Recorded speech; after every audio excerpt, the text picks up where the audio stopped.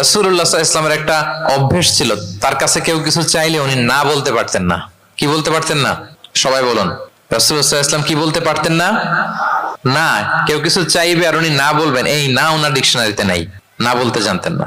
তো একবার রাসূল সাল্লাল্লাহু আলাইহি ওয়াসাল্লামের মাত্র একটা মাত্র জামা, কয়টা জামা? একটা। তো এক ফরিয়া দিয়ে এসে রাসূল সাল্লাল্লাহু আলাইহি ওয়াসাল্লামকে বললেন, ইয়া রাসূলুল্লাহ, আমাকে একটা জামা দিন, আমি বস্ত্রহীন। তো রহমতের নবী কি আর করবেন, যেহেতু না বলতে জানেন না, কাউকে ফিরিয়ে দিতে জানেন না, নিজের জামাটাই খুলে দিয়ে দিলেন। সুবহানাল্লাহ। এখন ওনার গায়ে তো জামা নাই, আছে? উনি জামাহীন অবস্থায় ঘরে বসে আছেন। আল্লাহ তাআলা আয়াত নাযিল করলেন, ওয়াল্লাযীনা ইযা আনফাকু লাম ইউসরিফু ওয়া লাম ইয়াকতুরু ওয়া কানা বাইনা যালিকা কাওয়ামা। বিশ্বাসীরা যখন দান করে তারা কৃপণতাও করে না, আবার বাড়াবাড়িও করে না, মাঝামাঝি থাকে, মধ্যম পন্থা। মানে বুঝাতে চাইলেন, আল্লাহ তাআলা এই কথা দিয়ে বুঝাতে চাইলেন, নবী হে, জামা যদি দুটো থাকতো তাহলে না হয় একটা দিতেন, দুটো যদি থাকতো একটা দিতেন। এখন ছিল কয়টা? তো এটাই যখন দিয়ে দিয়েছেন, এখন আপনি পড়বেন কি?